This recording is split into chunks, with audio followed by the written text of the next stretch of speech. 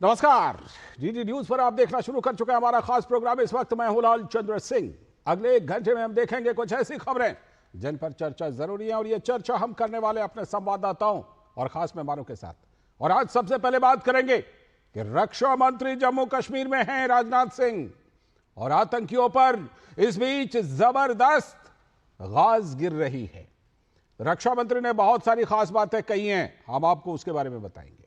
और इसके बाद आज की खास चर्चा खास मेहमानों के साथ होगी कि ऑपरेशन सिंदूर को लेकर जो कार्रवाई हुई है, पाकिस्तान को जिस तरह से करारा जवाब दिया गया है, क्या उसको लेकर देश की मुख्य विपक्षी पार्टी कांग्रेस, उसके अंदर अंदरूनी दुविधा है, अंदरूनी कशमकश है क्या?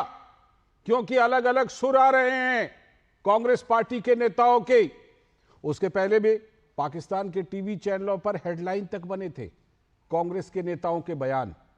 तो कांग्रेस के अंदर की दुविधा क्या है, इसी पर खास चर्चा खास मेहमानों के साथ। और इसके बाद बात करेंगे कि ऑपरेशन सिंदूर का जश्न मनाने के लिए जो तिरंगा यात्रा है वो अब जम्मू कश्मीर में है। तो जम्मू कश्मीर में आज तिरंगा यात्रा का रंग कैसा रहा, और फिर यह भी बात करेंगे कि नए वक्फ कानून पर सुप्रीम कोर्ट में आज सुनवाई थी जो कि अब टल गई है, और क्या कुछ इसमें आगे रास्ता है नए वक्फ कानून पर सुप्रीम कोर्ट में सुनवाई के लिए, इस पर भी करेंगे बात। होंगे तमाम सवाल जवाब, लेकिन सबसे पहले इस वक्त की हेडलाइंस। रक्षा मंत्री राजनाथ सिंह ने श्रीनगर में जवानों से की मुलाकात और उनके शौर्य को किया सलाम। ऑपरेशन सिंदूर को आतंकवाद के खिलाफ बताया भारत की सबसे बड़ी कार्रवाई।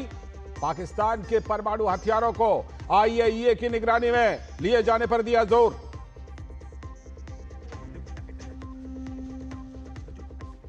आतंकवाद के खात्मे के लिए भारत की कड़ी कार्रवाई जारी। जम्मू कश्मीर के पुलवामा में मुठभेड़ में कई आतंकी ढेर, सुरक्षा बलों ने पूरे इलाके को घेरा।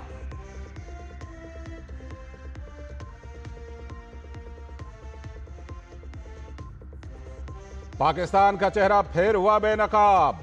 संयुक्त राष्ट्र की आतंकवाद रोधी समिति के सामने भारत ने पेश किए ठोस सबूत। पहलगाम आतंकी हमले में टीआरएफ और लश्कर की भागीदारी का खुलासा।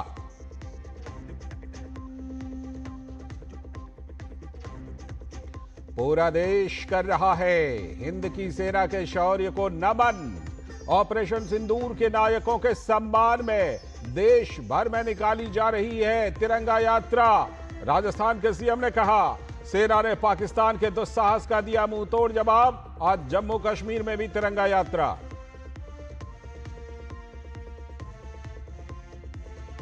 राष्ट्रपति द्रौपदी मुर्मू ने सुप्रीम कोर्ट के फैसले पर उठाए 14 सवाल। राष्ट्रपति और राज्यपाल के लिए समय सीमा तय करने के सुप्रीम कोर्ट के फैसले से जुड़ा हुआ है यह मामला।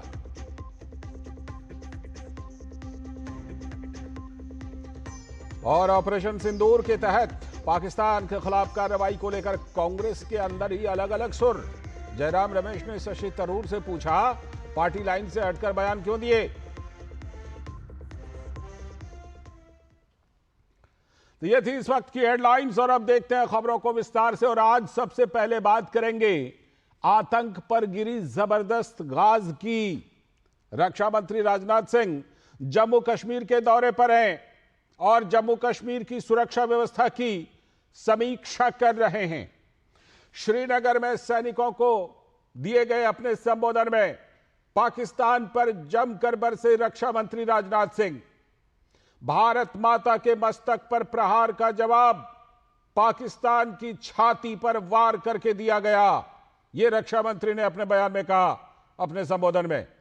साथ ही उन्होंने कहा कि पीएम मोदी के नेतृत्व और मार्गदर्शन में ऑपरेशन सिंदूर पर पूरे देश को गर्व है। रक्षा मंत्री राजनाथ सिंह ने जम्मू कश्मीर में श्रीनगर में जो बादामी बाग छावनी है उसमें गिराए गए पाकिस्तानी गोलीबारी के अवशेषों का निरीक्षण भी किया,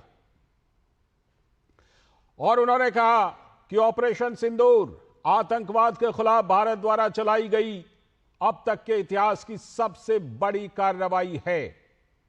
भारत ने दिखा दिया है कि हम सिर्फ रक्षा नहीं करते, बल्कि जब समय आता है तो कठोर कार्रवाई भी करते हैं।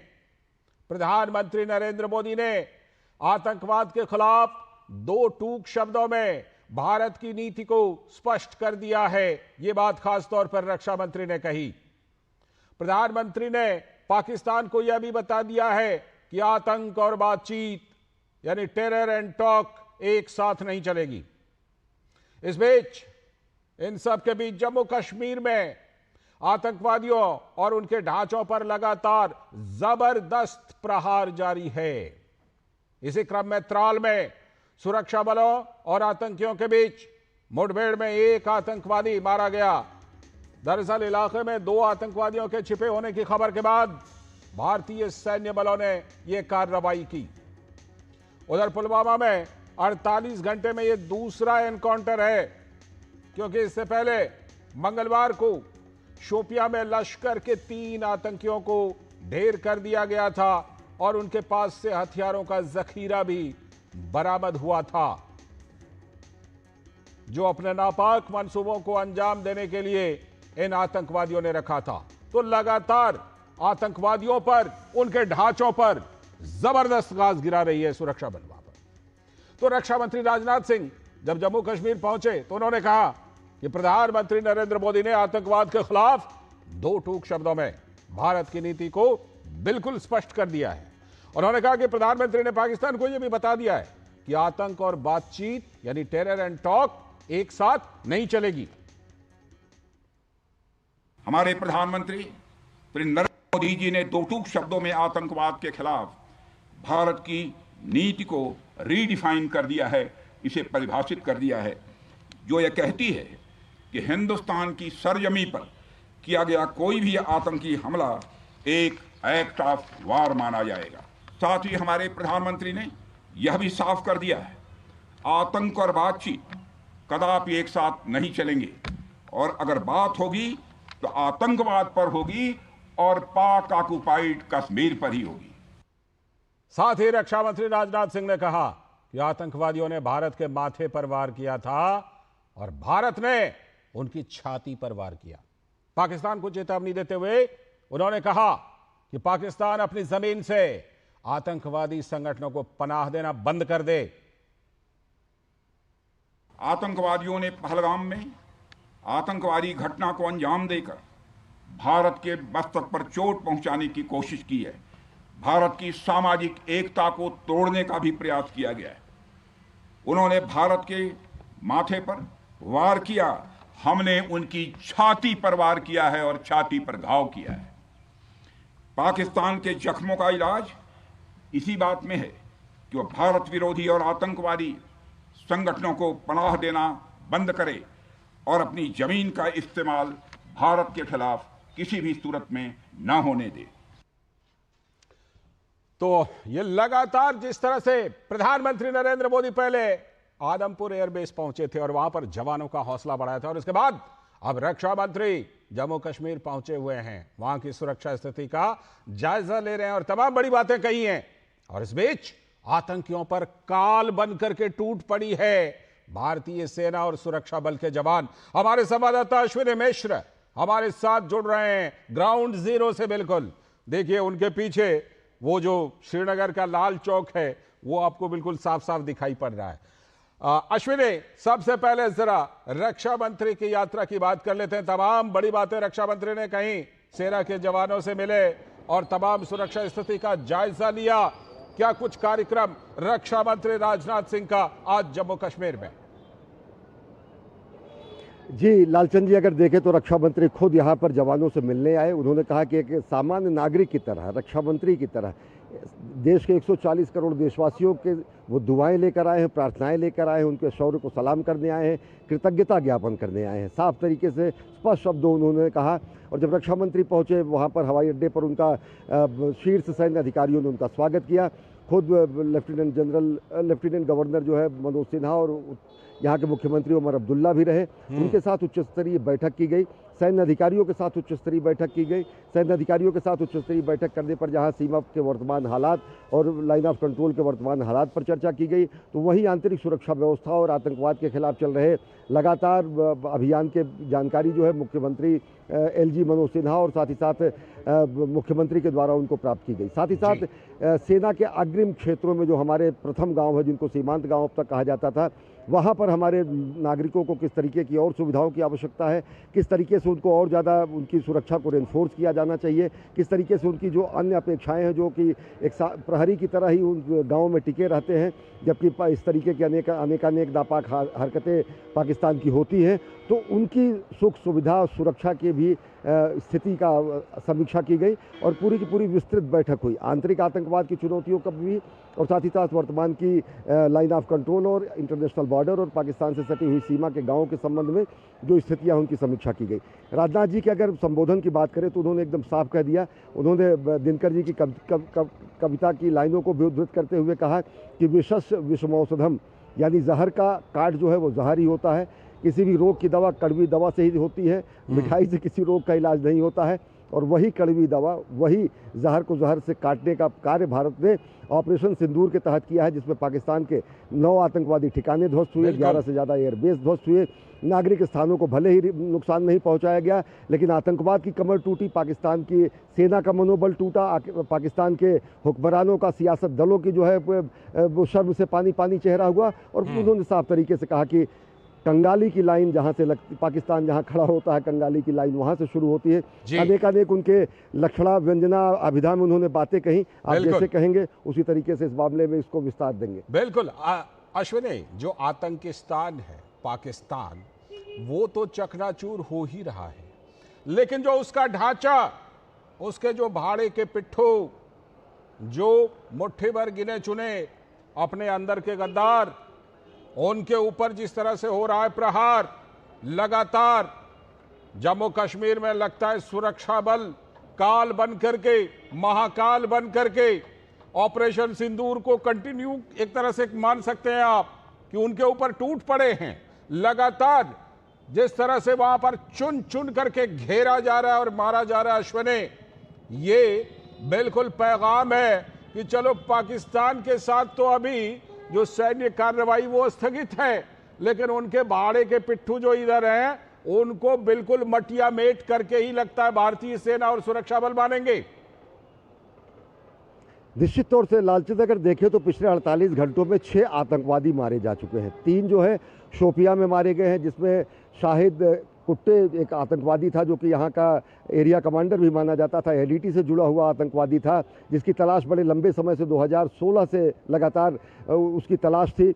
बहुत सारे मामलों में वो चाहे वो बड़गाम के पास हुआ आतंकवादी हमला हो, चाहे घाटी के अन्य आतंकवादी हमले थे, वो बड़ी तेज़ी से कुलगाम और शोपिया के क्षेत्र में सक्रिय रहता था। वो और उसके 2 अन्य गुर्गे साथी 2 दिन पहले मंगलवार को वो ढेर कर दिए गए।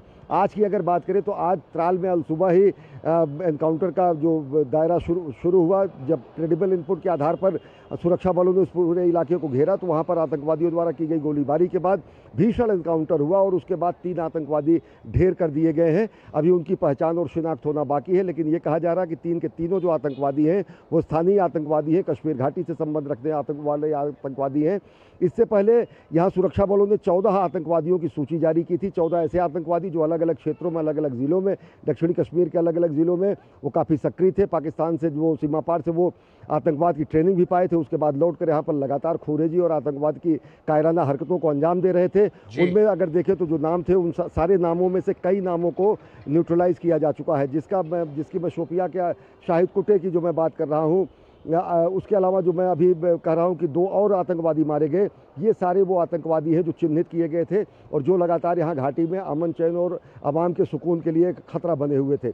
भले ही सीमा पर पार हमारे आतंकवादी ठिकानों को ध्वस्त करने की गतिविधियां फिलहाल स्थगित हो गई हों, लेकिन घाटी की अगर बात करें तो घाटी में लगातार आतंकवाद के हर एक ढांचे पर प्रहार हो रहा है, चाहे वो सक्रिय आतंकवादी हो, चाहे उनको सपोर्ट देने वाले ओवरग्राउंड वर्कर्स हो, चाहे उनके स्लीपर सेल हो, सब चिन्हित कर लिए गए हैं। पूरा का पूरा डोजियर बना हुआ है और 48 घंटे के अंदर 6 आतंकवादियों का ढेर होना, आप समझ सकते हैं कितनी तीव्रता से प्रहार किया जा रहा है यहाँ के आतंकवादी ढांचे पर। बिल्कुल, और ये कहा भी जा सकता है अश्विनी कि ऑपरेशन सिंदूर के तहत जो सीमा पार की सैन्य कार्रवाई है वो फिलहाल स्थगित है, होल्ड पर है, लेकिन ऑपरेशन सिंदूर का ही एक हिस्सा जो अंदर के आतंकी हैं उनके ऊपर उसी के तहत जारी है, इसलिए वो ये मान के चले कि उनके लिए ऑपरेशन सिंदूर जारी है। निश्चित तौर से जिस तरीके से 48 घंटे में 6 आतंकवादी ढेर होते हैं, जिस तरीके से आगे आने वाले दिनों में आप देखेंगे लगातार इस काउंटर टेरर मिशन को अंजाम दिया जा रहा है। खुद राजनाथ सिंह यहाँ पर मौजूद है, उन्होंने आंतरिक सुरक्षा के सामने जो वस्तु स्थिति है उसकी भी जानकारी ली है और सीमा की स्थिति की भी उन्होंने जानकारी ली है। सीमा पर स्थितियाँ शांत है, पीस और ट्रैंक्विलिटी है, लेकिन यहाँ पर जो शांति को चुनौती देने वाले जो भी तत्व हैं उनके ऊपर शिकंजा कसा जा चुका है। आतंकवादी ढेर किए जा रहे हैं, उसके अलावा सैकड़ों की संख्या में ओवरग्राउंड वर्कर जो है वो डिटेन किए गए हैं, उनसे पूछताछ की जा रही है। बहुत सारे जो स्लीपर सेल हैं उनको चिन्हित करके उनका भांडाफोड़ किया जा रहा है। इससे पहले स्टेट इन्वेस्टिगेशन एजेंसी जो कि पूरी की पूरी आतंकवाद के खिलाफ कार्य करने वाली एजेंसी है, NIA की जाँच कर रही है पहलगाम के दुर्दांत आतंकवादी घटना के हमले की, लेकिन SIA जो है यहाँ की वो लगातार आतंकवादी मॉड्यूल को ध्वस्त करने और आतंकवाद के खिलाफ कार्रवाई करने के लिए लगातार सक्रिय रहती है। उसने दक्षिण कश्मीर के 20 से ज़्यादा ठिकानों पर बीते 3 दिन पहले उसने रेड डाली, जहाँ पर बहुत सारे ऐसे इलेक्ट्रॉनिक गैजेट्स मिले, लैपटॉप मिले, डिजिटल उपकरण मिले, साथ ही साथ वहाँ पर ऐसा लिटरेचर मिला जो कि बताता है किस तरीके से घाटी में रेडिकलाइजेशन को बढ़ावा देने के लिए बहुत सारे सफ़ेद पोश और बहुत सारे नकाबपोश लोग लगे हुए थे, उन पर भी शिकंजा कसा गया है। तो निश्चित तौर से आप ये मान के चलिए कि आतंकवाद के खिलाफ करारा प्रहार ही नहीं, आतंकवाद के खिलाफ निर्णायक प्रहार और अंतिम प्रहार घाटी में चल रहा है। जिस तरीके से आतंकवादी ढांचे जो है सीमा पार ध्वस्त हुए हैं, यहाँ आतंकवादियों की पूरी फहरिस्त है और उस फहरिस्त में शामिल एक एक आतंकवादी को चुन चुन कर न्यूट्रलाइज किया जा रहा है, उनको उनके अंजाम तक पहुँचाया जा रहा है, उनको जो है जमींदोज किया जा रहा है। और निश्चित तरीके से एक और बात मैं कहूँ लालचंद, घाटी की आवाम भी ये चाहती है कि ऐसे तत्व जो यहाँ के शांति के लिए, यहाँ के पर्यटन के लिए, यहाँ के रोजगार के लिए, यहाँ के अमन चैन के लिए, यहाँ के लोगों के रोजमर्रा के जीवन शैली को प्रभावित करते हैं, यहाँ के लोग खुद चाहते हैं कैसे अमन चैन के दुश्मनों को उनके अंजाम तक पहुँचाया जाए। यहाँ तक कि हमने देखा कि आतंकवादी जिस घरों से निकलकर वो बाहर भाग जाते हैं, 2021-22 में बहुत सारे जो चिन्हित आतंकवादियों की सूची उनमें से कई हैं जो घर ही नहीं लौटे हैं, उनके घर वालों से जब बात की जाती है तो कहते हैं कि आतंकवाद की घटनाओं में शामिल वो हैं, तो उनको दफना दिया जाए, उनको मार दिया जाए, उनको उनके अंजाम तक पहुँचाया जाए, ये परिजन कहते हैं। घाटी की आवाम तो चाहती ही है और वो तेज़ी से चाहते हैं कि शांति, अमन चैन, पर्यटन, रोजगार सब यहाँ पर बहाल हो। और सबसे बड़ी बात यह है कि पूरे देश का जैसा सेंटीमेंट है, आज इसी लाल चौक पर हमने देखा 11 बजे के आसपास लालचंद हजारों की संख्या में नौजवान हाथों में तिरंगा थामे यहाँ पर पहुंचे हुए थे। भारत माता की जय, पाकिस्तान मुर्दाबाद, और साथ ही साथ आतंकवाद का नाश हो, समूल खात्मा हो। आज तो मैंने एक और नारा सीखा, उसमें लिखा गया था कि यह नव भारत का जलवा है, पाकिस्तान में मलबा है। बहुत नए नए नारों के साथ जयकारा लगाते हुए, जयघोष करते हुए लोग यहाँ पर पहुँचे। ये उन लोगों को भी, पाकिस्तान को भी ताकीद देते हैं कि किस तरीके से घाटी की आवाम प्रधानमंत्री नरेंद्र मोदी के निर्णय और सैन्य हमारे सुरक्षा बलों के साथ खड़ी है। और उन लोगों को भी साफ और पाठ सिखाते हैं जो कहते थे कि घाटी में कोई तिरंगा उठाने वाला नहीं रहेगा। आज तिरंगा यात्रा घाटी के अलग अलग इलाकों में, जम्मू और कश्मीर में निकाली गई। तिरंगों से सजी रही हमारी ये घाटी, तिरंगों से पटी रही हमारी ये धरती। बिल्कुल, ये जो पैगाम है तीनों तरफों से, चाहे केंद्र सरकार की तरफ से प्रधानमंत्री की बात ले लें, रक्षा मंत्री की बात ले लें, और दूसरी तरफ जो सुरक्षा बल है उनके पैगाम को ले लें, और तीसरी तरफ आपने जम्मू कश्मीर के आवाम की भावनाओं की भी बात कही। ऐसा तो लग रहा है कि इस बार बिल्कुल शामत आई हुई है और भागने की जगह कहीं पर भी नहीं मिलने वाला है, क्योंकि सरकार कह रही है जहां जाओगे, जहां से रूट निकलता है वहीं प्रहार करेंगे। बहुत बहुत शुक्रिया फिलहाल अश्विनी आपका जुड़ने के लिए और तमाम विश्लेषण के लिए। अभी वक्त है एक ब्रेक का, और ब्रेक के बाद जब लौटेंगे तब बात करेंगे, आज की खास चर्चा करेंगे कि ये जो ऑपरेशन सिंदूर, पाकिस्तान के ऊपर, आतंकियों के ऊपर तमाम कार्रवाई चल रही है, इसको लेकर क्या देश की जो प्रमुख विपक्षी पार्टी कांग्रेस है, क्या उसके अंदर कोई दुविधा है, कोई कशमकश चल रही है? क्योंकि नेताओं के अलग अलग बयान आ रहे हैं। इसी पर करेंगे खास चर्चा, खास मेहमानों के साथ। अभी वक्त है ब्रेक का।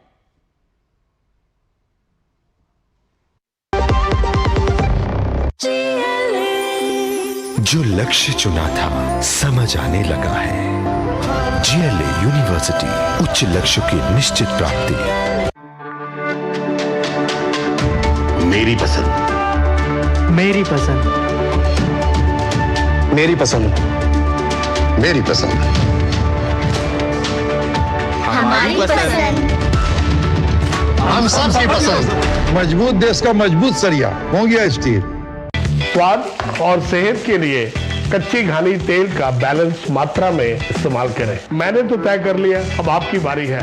जैसा कि हमारे प्रधानमंत्री जी भी कहते हैं, एक फिट और हेल्दी नेशन बनने के लिए हमें ओबेसिटी की समस्या से निपटना ही होगा। एक तरीका मैंने सुझाया था, खाने के तेल में 10% की कमी करना। कम तेल में बड़ी बात, सेहत रहे दिन और रात। स्वागत है ब्रेक के बाद। आप देख रहे हैं डीडी न्यूज पर इस वक्त, और अब बारी आ गई आज की खास चर्चा की। और खास चर्चा आज ये कि क्या देश की जो प्रमुख विपक्षी पार्टी कांग्रेस है, उसके अंदर ऑपरेशन सिंदूर को लेकर, पाकिस्तान के खिलाफ जबरदस्त कार्रवाई को लेकर क्या कोई दुविधा है? कांग्रेस के अंदर क्या कोई दुविधा है, कोई कशमकश है? ऑपरेशन सिंदूर के तहत पाकिस्तान के खिलाफ कार्रवाई को लेकर कांग्रेस के अंदर अलग अलग सुर निकल रहे हैं। पूरे मामले पर केंद्र सरकार को समर्थन देने के लिए कांग्रेस के अंदर दो तरह के विचार सामने आ रहे हैं। शशि थरूर जैसे नेता केंद्र सरकार के सभी कदमों का खुलकर समर्थन कर रहे हैं, लेकिन दूसरी तरफ राहुल गांधी के करीबी कई कांग्रेसी नेता केंद्र सरकार का विरोध कर रहे हैं। कांग्रेस की बैठक में शशि थरूर को आलोचनाओं का सामना करना पड़ गया। थरूर को पार्टी की घोषित स्थिति और कांग्रेस कार्य समिति के प्रस्ताव से अलग विचार व्यक्त करने के लिए सवालों का सामना करना पड़ा। जयराम रमेश ने शशि थरूर से पूछा कि आखिर उन्होंने पार्टी लाइन से हटकर बयान क्यों दिए। केंद्र सरकार का विरोध करते हुए कांग्रेस अब कर रही है संसद के विशेष सत्र की भी मांग। ऑपरेशन सिंदूर के दौरान भी और उससे पहले भी कांग्रेस के कई नेताओं के बयान अलग अलग तरह के आ रहे थे। कांग्रेस के कई नेताओं के बयान तो पाकिस्तान के टेलीविजन चैनलों के हेडलाइंस तक बन गए थे। तो इस तरह के बयान के बाद क्या कुछ कांग्रेस के अंदर चल रहा है, और क्या कांग्रेस के अंदर इस मामले पर दो अलग अलग विचार हैं क्या? जरा कांग्रेस के नेताओं की बात हम आपको सुनवाते हैं, सुनिए। Our actions were calibrated, calculated, and precise. We indicated we would not tolerate Pakistan-backed terrorism on our soil. Pahalgam happens. We don't just cross the LOC. We don't just cross the international border. We hit the terrorist bases in the heartland of Pakistani Punjab. We hit populated cities like Bahawalpur and Muridke. We do so carefully.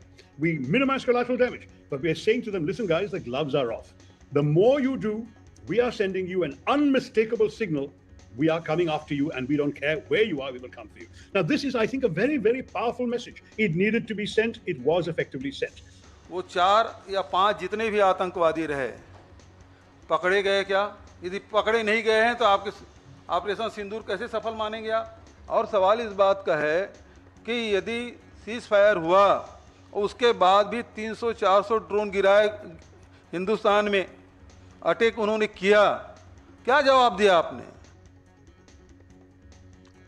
और साथ ही शिंदे ने कहा कि हमारी धरती पर आतंकवाद को नहीं सहा जाए।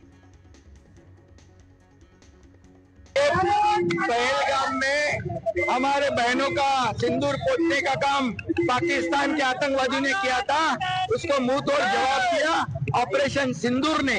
ऑपरेशन सिंदूर सफल हो गया है, कामयाब हुआ है। अब उनको खून का बदला खून से, ईंट का जवाब पत्थर से नहीं। प्रधानमंत्री जी बोले अब गोली चलेगी तो तोप गोला चलेगा, और इसलिए मैं देश के तीनों सेना का अभिनंदन करता हूं और आदरणीय देश के प्रधानमंत्री नरेंद्र मोदी जी का अभिनंदन करता हूं। एकनाथ शिंदे जो कि महाराष्ट्र के उप मुख्यमंत्री हैं, उन्होंने ऑपरेशन सिंदूर की जम करके तारीफ की। लेकिन जिस तरह से कांग्रेस के अंदर जिस तरह से इसको लेकर लगातार इस तरह की खबरें आ रही हैं कि जो कांग्रेस नेता हैं वो अलग अलग तरह के बयान दे रहे हैं, तो इसी पर हमारे साथ खास मेहमानों का खास पैनल जुड़ चुका है। हमारे साथ कौशल कांत मिश्रा जी, डॉक्टर कौशल कांत मिश्रा जी, जो कि भारतीय जनता पार्टी के प्रवक्ता हैं। बहुत बहुत स्वागत। हमारे साथ सैयद जवाद, राजनीतिक विश्लेषक और कांग्रेस के समर्थन में बहुत मजबूती से बात रखने वाले, बहुत बहुत स्वागत। और हमारे साथ वरिष्ठ पत्रकार विजय त्रिवेदी जी भी जुड़ चुके हैं।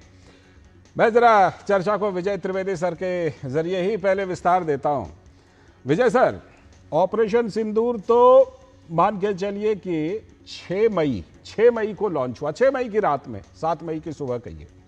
लेकिन उसके पहले भी कांग्रेस के कई नेताओं के किसी ने नींबू मिर्ची राफेल के साथ लटकाया तो वो पाकिस्तान में जाके टेलीविजन चैनलों के हेडलाइन बन गए। किसी ने कहा नहीं पाकिस्तान के खिलाफ कार्रवाई की जरूरत नहीं है, कर्नाटक के सीएम ने, वो हेडलाइन बन गए। जम्मू कश्मीर के कांग्रेस नेता ने भी ऐसा ही कुछ बयान दिया, वो हेडलाइन बन गए। इस तरह के जो अलग अलग बयान आ रहे हैं, इसका मतलब कि कांग्रेस की कार्य समिति, केंद्रीय समिति और तमाम इन नेताओं की बयान अलग अलग हैं। और इसमें अब यह दिखाई पड़ रहा है कि उसी का एक दूसरा साइड कि शशि थरूर जैसे नेता पूरा समर्थन कर रहे हैं केंद्र सरकार का, और दूसरी तरफ कांग्रेस कार्य समिति कहती है कि नहीं, हमारी लाइन अलग है।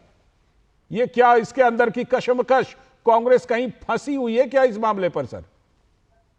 सिंह साहब, कांग्रेस कितनी फंसी हुई है इसको इससे समझना चाहिए। एक तो ये इशू समझने की जरूरत, क्या ये issue Congress versus Bharatiya Janata party है? जी, इशू पाकिस्तान वर्सेस हिंदुस्तान है। बिल्कुल, उनकी फौज वहां पर लड़ाई लड़ रही है। तो जब यदि जयराम रमेश साहब ये कहते हैं, जैसे आपने बताया कि उन्होंने कांग्रेस कार्य समिति ने शशि थरूर साहब से पूछा है कि आप पार्टी की लाइन से अलग क्यों गए, तो पार्टी की लाइन किससे अलग है? देश से अलग है, देश के खिलाफ है। देश की जो सेना है, देश की जो फौज है, वो जो कर रही है उससे अलग है। दोनों में विरोध है। मतभेद किस चीज पर है? शशि थरूर और कांग्रेस कार्य समिति में मतभेद किस चीज पर है? जो सेना कर रही है, जो ऑपरेशन सिंदूर हुआ, जो हमने पाकिस्तान के खिलाफ हमला किया, उस सब पर जो शशि थरूर की राय है। क्योंकि शशि थरूर साहब को मैं बहुत लंबे समय से जानता हूँ और वो यूनाइटेड नेशन में एनवॉय भी रहे हैं, तो वो अंतरराष्ट्रीय राजनीति को भी बेहतर तरीके से समझते हैं। बेशक। जवाब दिया और आपने भी अभी चलाया है। मुझे समझ नहीं आ रहा कि मसला क्या है, कांग्रेस की कश्मश किस बात को लेकर है। भारतीय जनता पार्टी का कोई मसला होता तो फिर शशि थरूर साहब को वो सवाल कर सकते थे कि आप पार्टी लाइन के खिलाफ क्यों हैं। क्या शशि थरूर को कांग्रेस ये कह रही है कि वो देश की लाइन के खिलाफ है? कांग्रेस की लाइन के खिलाफ हो सकते होंगे, लेकिन क्या देश की लाइन के खिलाफ है, ये ज्यादा महत्वपूर्ण है। जी बिल्कुल बिल्कुल। ऑपरेशन सिंदूर हो रहा है, वो देश के खिलाफ हो रहा है। देश का सम्मान बढ़ा है कि नहीं बढ़ा है? देश का गौरव बढ़ा है कि नहीं बढ़ा है? पाकिस्तान को जवाब दिया गया है कि नहीं दिया गया है? अंतरराष्ट्रीय स्तर पर भारत के साथ ज्यादातर देश खड़े हुए कि नहीं खड़े हुए? तो मसला ये है, इसलिए आप इसको थोड़ा सा ठीक कीजिए। कांग्रेस वर्सेस बीजेपी नहीं, कांग्रेस की कार्य समिति को तय करना है कि शशि थरूर देश के साथ खड़े हैं या देश के खिलाफ खड़े हैं। बिल्कुल बिल्कुल। इसमें कांग्रेस वर्सेस बीजेपी जो है वो हम कर भी नहीं रहे हैं। बीजेपी के प्रवक्ता से जरूर हम पूछेंगे कि क्या कांग्रेस की तरफ से जो इस तरह की बातें आ रही हैं वो क्या कांग्रेस के अंदर की दुविधा को दिखाती हैं, लेकिन यह मामला कांग्रेस के अंदर का है, ये बात तो बिल्कुल साफ है। इसलिए मैं पहले सैयद जवाद जी के पास चलता हूं। सैयद जवाद जी, आप राजनीतिक विश्लेषक हैं, कांग्रेस के समर्थक तो हैं लेकिन राजनीतिक विश्लेषक हैं। बताइए, क्या इसमें कांग्रेस में शुरू से इस मामले को लेकर एक साफ तौर पर दुविधा नहीं दिखाई पड़ रही? पहले जैसे मैंने जिक्र किया, कई नेताओं के बयान जो हैं वो केंद्रीय समिति से अलग आए और वो पाकिस्तान में टेलीविजन चैनलों पर हेडलाइन बन गए। अभी आप देख लें तो फिर शशि थरूर और अन्य नेताओं के बयान अलग हैं। कांग्रेस केंद्रीय समिति उनसे पूछ रही है कि कैसे दे दिया ये बयान। तो क्या कहीं ना कहीं कांग्रेस इसमें शुरू से एक लाइन तय करने में और अपने नेताओं को कन्विंस करने में विफल रही है क्या? सैयद जवाद जी।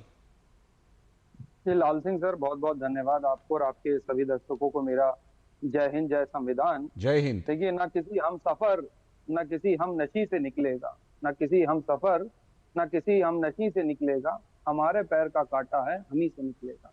देखिए, कांग्रेस पार्टी का हमेशा से ही एक ही स्टैंड रहा है कि देश हित के लिए जब देश की सेना मोर्चे पर हो, भले ही हमारे आइडियोलॉजिकल डिफरेंसेस होंगे भारतीय जनता पार्टी से, लेकिन जब देश की बात आई तो आपने देखा किस तरीके से CWC के अंदर प्रस्ताव रखा गया कि हम सरकार के साथ हैं, सेना को जो भी फ्री हैंड मिलता है उसके साथ जो है पूरा देश है और पूरा एक देश जो है वो आज भी इकट्ठा है। जब कभी भी कोई भी बाहरी लोग हमारे और खासतौर से आतंकवाद हमारे देश की तरफ आंखें गड़ा के देखेगा तो उसको मुंह तोड़ और भरपूर जवाब जो है हमारे देश की सेना देती चली आई। सही बात, आप शशि थरूर साहब की बात कर रहे हैं और शशि थरूर साहब ने जो स्टेटमेंट दिया उसको लेकर के कांग्रेस पार्टी में विचार विमर्श हो रहा है। क्यों दिया गया, कैसे दिया गया, मुझे लगता है हमारे घर का मसला है तो हम निपटा लेंगे। लेकिन इसके इतर मैं देखता हूँ जब भी कोई भारतीय जनता पार्टी की तरफ से बयानबाजी आती है, जैसे निशिकांत दुबे ने करी, अभी भाजपा के जो मंत्री हैं शाह साहब मध्य प्रदेश है उन्होंने करी, ये तो बड़ी मोहब्बत से साइड लाइन ले लेते हैं, माफी तलाफी करके निकल लेते हैं कि अरे उन्होंने माफी मांग ली, चीजें करी। अरे इतने वक्त होने के बाद कोर्ट के कहने के ऊपर तो एफआईआर दर्ज हुई, तुरंत क्यों नहीं सस्पेंड करा गया? मतलब मीठा मीठा गप गप और कड़ुआ कड़ुआ तू तू। ये भारतीय जनता पार्टी ने दोहरा चरित्र कहाँ से सीख लिया? शशि थरूर साहब जो कह रहे हैं उसको हम गंभीरता से देख भी रहे हैं, ले भी रहे हैं। और लोकतांत्रिक पार्टी है, यहाँ पर सभी लोग अपने अपने विचार रख सकते हैं, जवाब दे सकते हैं और सवालों की जवाबदेही और जवाबों के ऊपर जो है कार्रवाई भी होती है। लेकिन हमारे यहाँ वन पार्टी रूल सिस्टम के अंदर ये नहीं होता कि जो बॉस बोलेगा वही सही होगा। हमारे यहाँ बॉस कल्चर नहीं। आपको लगता होगा और कांग्रेस के अंदर अनऑर्गेनाइज लगता होगा, लेकिन बाहरी तौर पे आप देखेंगे कि बड़ा आपको लगेगा कि लोगों के डिफरेंस ऑफ ओपिनियन, लेकिन जब इंटरनल कांग्रेस को आप पढ़ेंगे, देखेंगे, समझेंगे तो आपको ये समझ में आएगा कि यहाँ डिफरेंस ऑफ मैं उसी चीज को समझने की कोशिश कर रहा था सैयद जवाद भाई, उसी चीज को समझने की कोशिश कर रहा था कि ये देखिए ऑपरेशन, जैसा मैंने कहा भी कि जैसे ऑपरेशन सिंदूर जो है वो तो 6 मई को शुरू हुआ, लेकिन उससे पहले कई नेताओं के बयान वहां हेडलाइन बन गए। हमने देखा पाकिस्तान के चैनलों ने कैसे सेलिब्रेट किया, कैसे एंजॉय किया उन बयानों को। मैं आता हूं उस पर। डॉक्टर कौशल कांत मिश्रा जी, कौशल कांत मिश्रा, लाल सिंह साहब 10 सेकंड। हाँ ले लीजिए, 10 सेकंड ले लीजिए। वैसे आजकल डोनाल्ड ट्रंप साहब के बयान के ऊपर पूरी भारतीय जनता पार्टी बैकफुट पे, आज तक जवाब नहीं बन रहा है। डोनाल्ड ट्रंप का तो बयान, खैर वो डोनाल्ड ट्रंप की डिप्लोमेसी और उनका बयान उस समय पूरी दुनिया ने देखा था जब जेलेंस्की के साथ डोनाल्ड ट्रंप का जो ना ऑन कैमरा क्या चल रहा था, वो एक अलग तरह की लकीरें खींचते हैं। वो डोनाल्ड ट्रंप को उसी तरह से लेना चाहिए। बहरहाल डॉक्टर कौशल कांत मिश्रा जी, वैसे तो देखिए ये कांग्रेस के अंदर का मामला है, लेकिन आपको लगता है कि शुरू से लेकर के हमारे देश की मुख्य विपक्षी पार्टी कहीं ना कहीं जो एक लाइन लेना चाहिए था, मान लीजिए आपकी पार्टी भी लंबे समय से विपक्ष में रही है, पाकिस्तान के साथ ये कोई पहला सैन्य टकराहट तो हमारी पहली रही नहीं है, लेकिन आपको लगता है कि जो एक प्रमुख विपक्षी पार्टी का रुख रहना चाहिए उसमें कहीं ना कहीं कांग्रेस के अंदर शुरू से कमी रही इस मामले पर? लाल सिंह जी, कांग्रेस का जो वक्तव्य आपने पहले भी सुनाया कि ये जो भी एयर स्ट्राइक हुई दोनों देशों के बीच में, जिस तरह से आतंकवाद पे वार किया भारत ने जी, इसके पहले भी कांग्रेस के बहुत सारे नेताओं के बहुत सारे बयान हैं और इस पे मैं सिर्फ यही कहना चाहूंगा कि हम लोग पढ़ते आए हैं विनाश काले विपरीत बुद्धि, उसको मैं कहना चाहूंगा विनाश काले कांग्रेस बुद्धि, वही हो गया है जी। क्योंकि आप ये बताइए कि किसी भी नेता, कोई भी पार्टी का नेता हो, कुछ भी गलत बयान देता हो, अगर वो बयान पाकिस्तान के लोग इस्तेमाल कर रहे हैं, वो किसी भी पार्टी का हो और विश्व स्तर पे ये दिखाने की कोशिश कर रहे हैं कि ये लोगों का जो ओपिनियन है वो पाकिस्तान के साथ है, तो इससे ही पता चल सकता है कि देश की लाइन क्या है और पाकिस्तान की लाइन क्या है और उन नेताओं स्पेशली कांग्रेस की लाइन क्या है जी। कांग्रेस को अब भी ये नहीं समझ में आ रहा कि उनके अपने नेता शशि थरूर अंदर से बोल रहे हैं। उसके आ रहा हूं सैयद जवाद जी, आ रहा हूं बस। डॉक्टर कौशल कांत जी का जरा हो जाने दीजिए। कश्मीर के मुख्यमंत्री उमर अब्दुल्ला साहब कितना खुल के बोल रहे हैं। शरद पवार जो इतने पुराने लीडर हैं, मजे हुए लीडर हैं, जिनको कहा जाता है वो एक तरह से पूरा विश्वविद्यालय है राजनीति का, वो क्या कह रहे हैं? सबको छोड़ दीजिए, असदुद्दीन ओवैसी को ही कम से कम सुन लेते। उसके हाँ, ये भी एक दिलचस्प बात है कि कई विपक्षी नेताओं ने, कई विपक्षी पार्टियों ने बड़ा एकदम जिम्मेदारी पूर्ण व्यवहार दिखाया है जी, ये बात भी सच है। और एक चीज देखिए, अभी आपने देखा कल की जो प्रेस कॉन्फ्रेंस हो रही थी, उसमें जब टर्की के ऊपर सवाल पूछा गया, टर्की के सामान को बाइकआउट करने की बात की गई, कांग्रेस तिरंगा यात्रा के कंपैरिजन में दूसरी यात्रा तो निकाल रही है जी, लेकिन जब टर्की के सामान के बाइकाट करने की देश बात कर रहा है तो ये लोग माइक एक दूसरे के ऊपर शिफ्ट कर रहे हैं। कुछ नहीं है लालचंद जी, कोई बड़ी बात नहीं है। जब ऐसा हो तो समझ लेना चाहिए कि देश में कहीं ना कहीं चुनाव आने वाला है। 2026 में वेस्ट बंगाल का है और 2027 में उत्तर प्रदेश का है। सब अनफॉर्चुनेटली पाकिस्तान में अपना वोट बैंक ढूंढने की कोशिश करते हुए हमारे देश के अपने भाइयों का अनादर करते हैं। ठीक है, ठीक है, उनके ऊपर राजनीति करने की कोशिश करते हैं। तो मुझे लगता है कि कांग्रेस को इन सब चीजों से बचना चाहिए और एक फर्म स्टैंड देश के साथ लेना चाहिए। ठीक है, ठीक है, ठीक है। सैयद जवाद जी कुछ बोल रहे थे, फिर मैं विजय सर के पास जाऊंगा। बोलिए। नहीं, जैसे अभी इन्होंने कहा टर्की का बाइकआउट होना चाहिए। भाई साहब, चाइना का कब बाइकआउट कर रहे हैं? चाइना का कब से बाइकआउट कर रहे हैं? और क्या कर लिया आपने चाइना का बाइकआउट करके? अभी भी चाइना हमारी सीमाओं के अंदर घुसा हुआ है। दो अल्फाज बोल लीजिए, कहां पे घुसा हुआ है? डराने की बात, कौन सी सीमा में? आप कहीं ये तो बात नहीं कर रहे हैं जो अक्साई चीन में उधर लद्दाख में वो घुस गया था? वो तो 38,000 वर्ग किलोमीटर। हाँ, वो आजकल सुब्रमण्यम स्वामी बहुत अच्छा बताते हैं। वो भाजपा के हैं ना, ऊपर मलिक भी बहुत अच्छा बता रहे हैं। ठीक है, ठीक है। छोटा सा जवाब पहले कौशल कांत मिश्रा जी का, फिर विजय सर के पास। कौशल कांत मिश्रा जी बताइए। तो खुल करके जब्बार साहब सुनो तो, जब्बार साहब सुन तो लो। बोलिए, बोलिए। आज जब ग्लोबल इकोनॉमी चल रही है, आप सरकार के लेवल पे किसी एक सरकार का, किसी एक देश का बाइकआउट करें न करें, पर देश की जनता अगर चाइनीज सामानों का बाइकआउट कर रही है, उसके साथ भी भारतीय जनता पार्टी खड़ी थी। आज तो तुर्की के सामान का बाइकआउट करे, उसके साथ भी भारतीय जनता पार्टी उसके साथ खड़ी है। बिल्कुल, सरकार का रुख जनता बहिष्कार कर रही है तो कर रही है। सुनिए, और मैं बता रहा हूँ, अब तक की सबसे बड़ी मिस्टेक भारतीय जनता पार्टी और आदरणीय प्रधानमंत्री जी ने कही है ना, भारत की जनता भारतीय जनता पार्टी का बाइकआउट करने जा रही है। किसी देश, दूसरे देश का भारत की जनता भारतीय जनता पार्टी का बाइकआउट करने जा रही है। ये समझ लीजिए आप। पॉलिसी का निर्धारण नहीं होता है, वो कहीं का भी राष्ट्रपति हो, कुछ भी बोलता हो, उसके बोलने से भारतीय जनता पार्टी या भारत देश की नीति पे कोई फर्क आपने करा है वो पूरी दुनिया विश्व पटल पे देखा जा रहा है। ये आपसे नहीं बोला जा रहा है कि ट्रम्प साहब, डोनाल्ड ट्रम्प साहब झूठ बोल रहे हैं, भारत की नीति पे कोई फर्क नहीं पड़ने जा रहा है। अच्छा, यही मतलब लीजिए कि आप सच बोल रहे हैं कि वो टेररिज्म के खिलाफ है, पूरे विश्व को मैसेज दे रहा है। पूरा विश्व खिलाफ है टेररिज्म के। भारत का क्लियर स्टैंड है, कांग्रेस का क्लियर स्टैंड है, और चाहे कोई देश के साथ ना हो। और देश की नीति के लिए मुझे राष्ट्रपति, किसी दूसरे देश के राष्ट्रपति की सर्टिफिकेट की जरूरत नहीं है। ठीक है, अब जरा मुझे विजय सर को लाने दीजिए। विजय सर तो सुन लीजिए, विजय सर को लाने दीजिए। विजय सर, क्या इस मामले में जो बात अभी कौशल कांत मिश्रा जी कह रहे थे, अच्छा पॉइंट था वो, कि क्या जो दूसरी कई विपक्षी पार्टियां हैं, दूसरे जो कई विपक्षी नेता हैं, उन्होंने कांग्रेस की तुलना में, कांग्रेस के नेताओं की तुलना में ज्यादा जिम्मेदारी का परिचय दिया इस पूरे मामले पर? सर बेशक, इसमें कोई बात ही नहीं है, बल्कि ज्यादा जिम्मेदारी वो पूरे तरह से खड़े दिखाई दे। इसीलिए मैंने सिंह साहब ये बात शुरू में की कि कांग्रेस को अभी कंफ्यूजन है कि ये मसला देश का है कि भारतीय जनता पार्टी का है। जैसे जवाद साहब भी कह रहे थे कि जवाद साहब बहुत विद्वान लोगों में से हैं, तो भारतीय जनता पार्टी का बॉयकॉट कर देगी जनता, वो तो अच्छी बात है, जनता जो करेगी नहीं करेगी, लेकिन मसला अभी भारतीय जनता पार्टी नहीं है। मैं बार इस बात पर जोर दे रहा हूँ, मसला भारतीय जनता पार्टी नहीं है, मुल्क है। और जब दूसरे विपक्षी पार्टियां भी साथ खड़ी हैं, और शशि थरूर साहब जो हैं, मेरे ख्याल से एक्सटर्नल अफेयर्स की जो पार्लियामेंट्री कमेटी है उसके चेयरमैन हैं, और वो कांग्रेस की तरफ से रिप्रेजेंट कर रहे हैं। तो वो आपने एक्सटर्नल अफेयर्स पर पार्लियामेंट्री कमेटी में भेजा है चेयरमैन के तौर पर, आप उसकी बात से सहमत नहीं है? बिल्कुल, ये बड़ा सवाल है।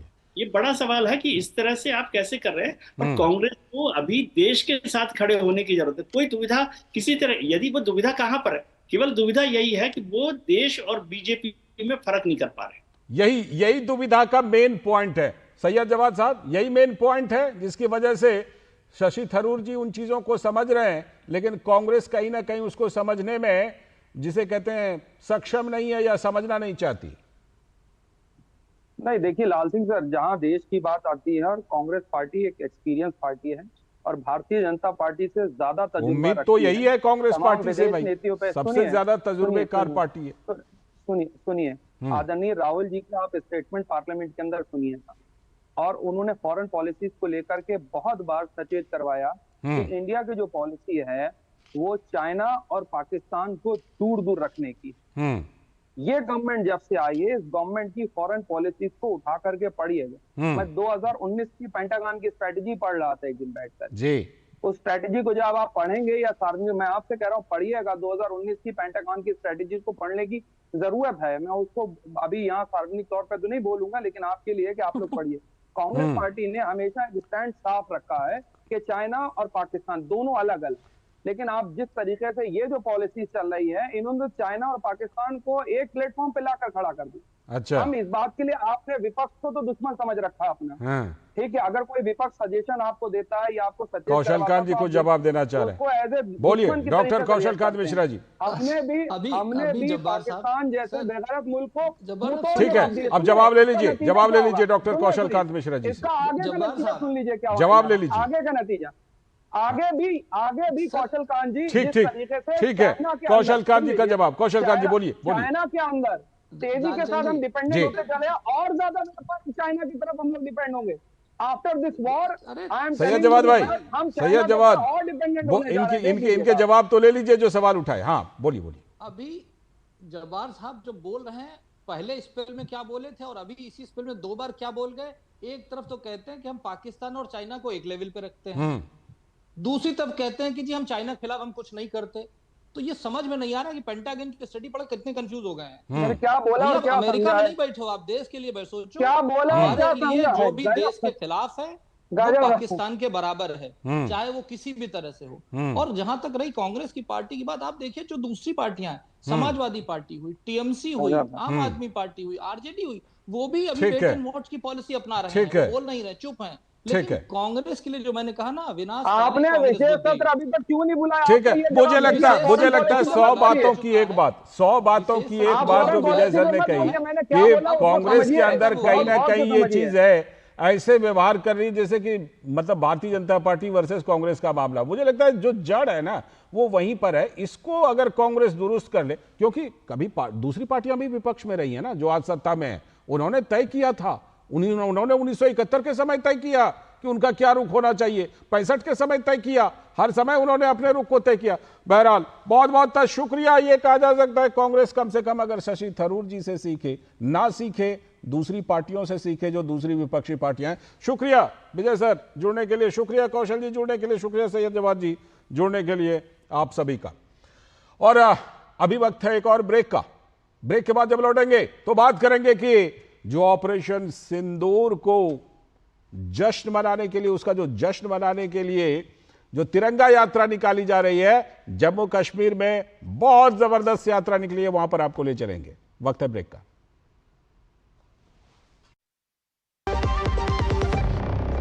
जब धरती चीर कर निकलता है लोहे का पत्थर और मिलता है मोंगिया के जोश से, फिर तपता है, पिघलता है और बनता है फौलाद। अब होता है सरिया सारी खूबियों के साथ। मोंगिया स्टील, मजबूत देश का मजबूत सरिया। जो लक्ष्य चुना था समझ आने लगा है। जीएलए यूनिवर्सिटी, उच्च लक्ष्य की निश्चित प्राप्ति।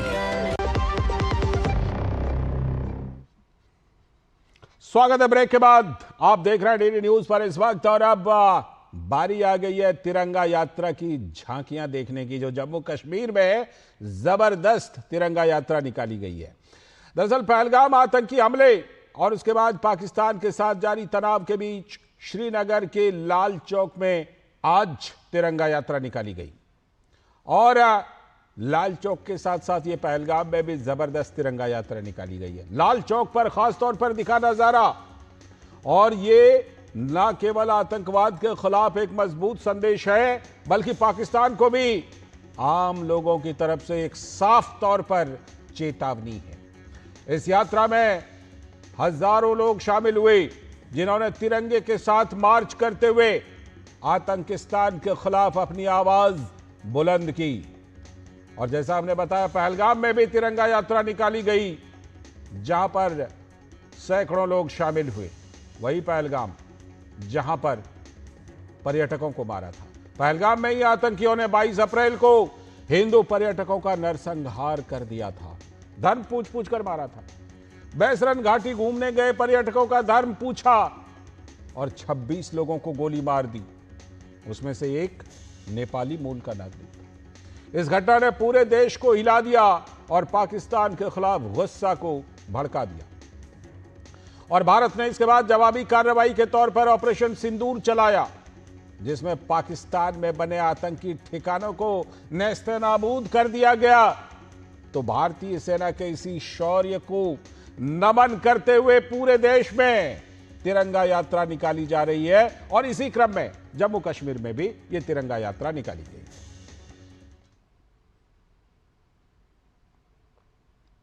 तो श्रीनगर और पहलगाम में तिरंगा यात्रा को लेकर लोगों में जबरदस्त उत्साह दिखा और लोगों ने कहा कि आतंक के आगे कभी नहीं झुकेंगे। सुनिए। जो पाकिस्तान ने दुस्साहस किया था कि देश की मिलिट्री इंस्टॉलेशन और देश की शहरी आबादी को नुकसान पहुंचाने की जो कोशिश की, उसको भी हमने बर्बाद कर दिया। यह पहलगाम अटैक का बदला था, ऑपरेशन सिंदूर का कहर था जो पाकिस्तान पे बरसा। ये मैसेज पूरी दुनिया के लिए है कि हिंदुस्तान की जो शक्ति है वो सबसे आला है और हमने दिखा दिया कि हमारे पास बल है, हमारे पास सेना है।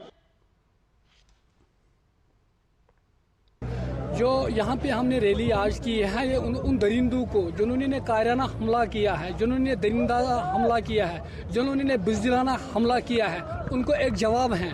यह कश्मीर जो है यह हिंदुस्तान का एक हिस्सा है। हम ये उन टूरिस्ट को दावत देते हैं इस रैली में कि आप यहाँ पे आ जाए, कश्मीर आपका है। पहले हम यहाँ पे खड़े हैं, बाद में आप। जब आप पे कोई आँच आएगी पहले हम आएंगे, बाद में आप। ये रैली इसी के लिए हम उनके लिए वेलकम करते हैं। जो भी हमारे दुश्मनों को जवाब मिला है उससे हम खुश हैं, क्योंकि जिन्होंने हमारी खुशी छीन ली है, जिस खुशी में हम थे, हमको मुसीबत में डाला है, उन दुश्मनों को कड़ी से कड़ी सजा मिलना चाहिए। आज हम सेलिब्रेट कर रहे हैं कि पाकिस्तान के 9 आतंकवादी हमारे फौज ने उनको बलियामेट किया। आज हमारी बहनों का जो सिंदूर हमसे छीना गया था, उनका बदला हमारे फौज और हमारे पुलिस और हमारी आर्मी ने ले लिया है। आज पहलगाम के गोलेबाज, टैक्सी ड्राइवर, होटलिन बड़े खुश हैं। आज हिंदुस्तान को बताते हैं कि पहलगाम के 9 गांव हिंदुस्तान के साथ है, फौज के साथ है। तो ये जबरदस्त उत्साह तिरंगा यात्रा में लोग जिस तरह से नमन कर रहे हैं भारतीय सेना के शौर्य को, ऑपरेशन सिंदूर में जो शौर्य दिखाया गया है। विशाल बैरिस्टो हमारे संवाददाता हमसे जुड़ चुके हैं, वो बताएंगे कि किस तरह लोगों में जबरदस्त उत्साह। विशाल, लोगों के उद्गार हमने सुने, उनकी भावनाएं सुनी, ऐसा लगता है जैसे कि बिल्कुल ऑपरेशन सिंदूर के साथ, भारतीय सेना के साथ आम लोगों के उद्गार बिल्कुल एकाकार हो गए हैं, एकदम सब मिल करके और नमन कर रहे हैं, साथ में जश्न मना रहे हैं ऑपरेशन सिंदूर का। लालचंद, बिल्कुल ठीक कहा आपने, और यही वो ही लाल चौक है। आपको याद होगा कि किस तरह की खबरें आती थी, यहाँ पर अकेले जाना नामुमकिन होता था। अब वहाँ तिरंगा लहरा रहा है, वहाँ पर तिरंगा रैली हुई है और पाकिस्तान मुर्दाबाद के नारे लगे हैं।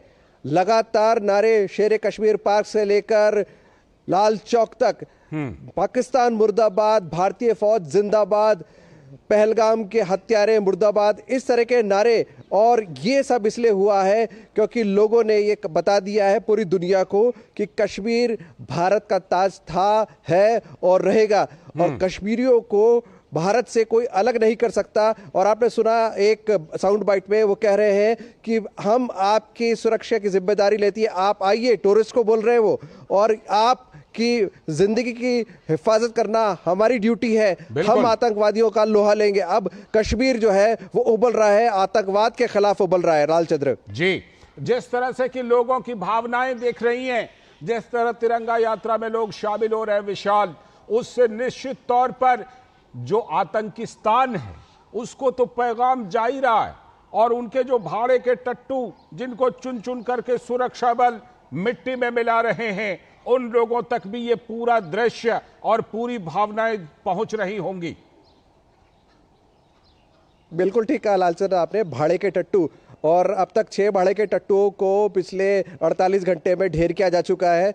और जो पाकिस्तान चीनी खिलौने लेकर आया था उनको भी हमारी सेनाओं ने नेस्तो नाबूद कर दिया है। और आज जो पोस्टर देखने को मिले वो लाजवाब थे और ऐसे ऐसे नारे थे उसके ऊपर कि पाकिस्तान जब इन खबरों को देखेगा, क्योंकि पाकिस्तान हमारे न्यूज़ चैनल्स को ज़रूर देखता है और दूरदर्शन क्योंकि हमारा पब्लिक ब्रॉडकास्टर है उसकी नज़र दूरदर्शन पे ज़रूर रहती है, तो वो अपने आप को इतना शर्मिंदा महसूस कर रहा होगा कि मैंने लाख कोशिश करी कि पाकिस्तान हम यहाँ पर किस तरह से कश्मीर के अंदर गड़बड़ी पैदा कर दे, लेकिन ऐसा हो नहीं पाया। और आज मुझे अफसोस होगा कि बेकारी तुर्की और चीन से मैं खिलौने लेकर आया था, हमें पता नहीं था कि हमारे साथ साथ इन दोनों देशों की भी बेइज्जती हो जाएगी। और चीन जो अपने आप को सुपर पावर बताने की कोशिश करता है, आज उसके खिलौने भारतीय सेनाओं ने और हमारे एयर डिफेंस गन्स ने मार गिराए। बिल्कुल, वो सारे के सारे फुस हो गए। ये पूरी दुनिया देख चुकी है। विशाल, बहुत बहुत शुक्रिया जुड़ने के लिए ग्राउंड जीरो से इस खबर पर। और अब आज की एक और बड़ी खबर पर बात कर लेते हैं चलते चलते। और वो खबर है कि नया वक्फ कानून जो है उस पर सुप्रीम कोर्ट में सुनवाई हो रही है। तो वो सुनवाई फिलहाल टल गई है। तो वक्फ पर सुप्रीम सुनवाई टली। सुप्रीम कोर्ट ने आज कहा कि नए वक्फ कानून को चुनौती देने वाली याचिकाओं पर अब 20 मई को सुनवाई होगी। प्रधान न्यायाधीश BR गवाई और जस्टिस AG मसीह ने कहा कि केंद्र और याचिकाकर्ता सोमवार यानी कि 19 मई तक अपना हलफनामा पेश कर दें। केंद्र की ओर से सॉलिसिटर जनरल तुषार मेहता और याचिकाकर्ताओं की ओर से वकील कपिल सिब्बल अपनी दलीलें पेश की उन्होंने। इससे पहले 5 मई को भी यह सुनवाई टल गई थी। बेंच ने कहा कि अंतरिम राहत दिए जाने के मुद्दे पर हम 20 मई को विचार करेंगे। दोनों पक्षों के वकीलों ने कहा था कि याचिकाओं के मुद्दों पर नजर डालने के लिए न्यायाधीशों को कुछ और वक्त की आवश्यकता हो सकती है। केंद्र ने भी कहा कि जब 20 मई को सुप्रीम कोर्ट मामले को सुन ही रहा है तो तब तक कानून के अहम प्रावधान लागू नहीं होंगे और यथास्थिति बनी रहेगी।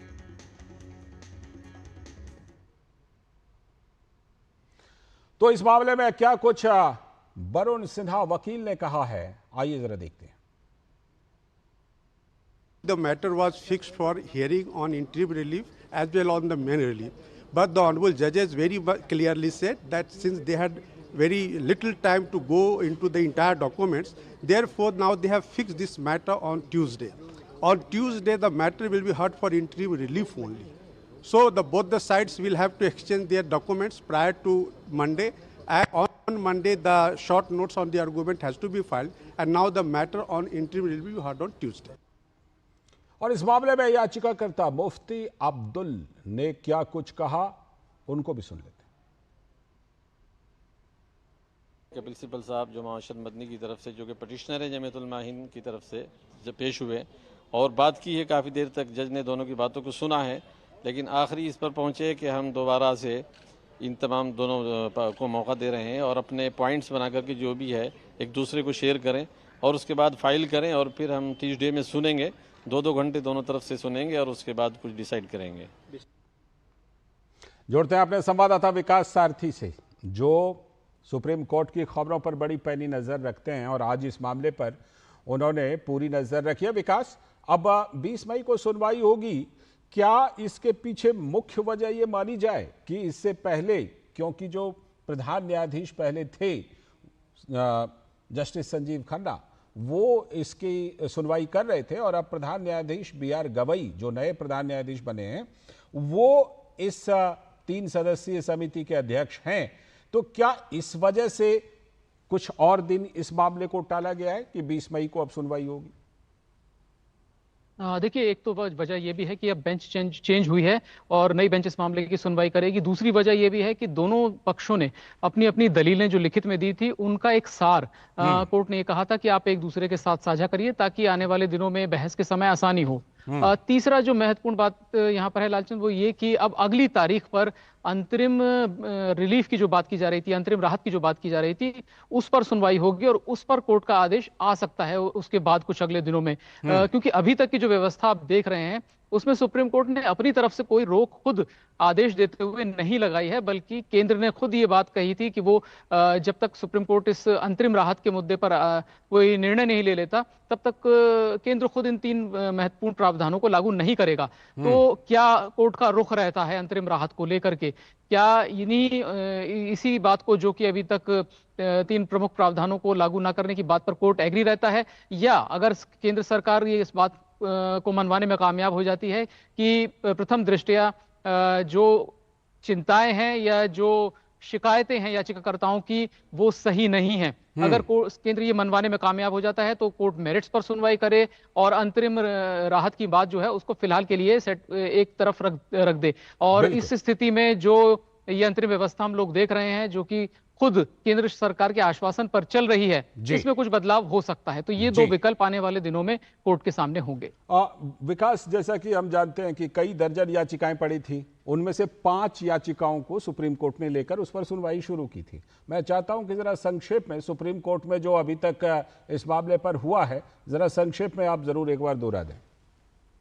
देखिए, जहां तक कि 5 प्रमुख याचिकाओं पर सुप्रीम कोर्ट ने कहा था कि बाकी जो याचिकाएं आई हैं वो लगभग रिपीटेटिव हैं। अगर किसी के पास कोई नई बात है कहने के लिए तो वो अपनी बात रखें और उसके लिए वो एक आईए लगा सकते हैं, यानी मौजूदा याचिका में ही एक इंटरवेंशन एप्लीकेशन लगा सकते हैं। तो बजाय इसके कि कोर्ट के सामने दर्जनों याचिकाएं, आप याद करें कि 70 से ऊपर याचिकाओं की संख्या पहुंच गई थी एक समय में, इसीलिए कोर्ट ने उनको सॉर्ट आउट करते हुए ये कहा कि प्रमुख तौर पर इन्हीं याचिकाओं पर सुनवाई हो।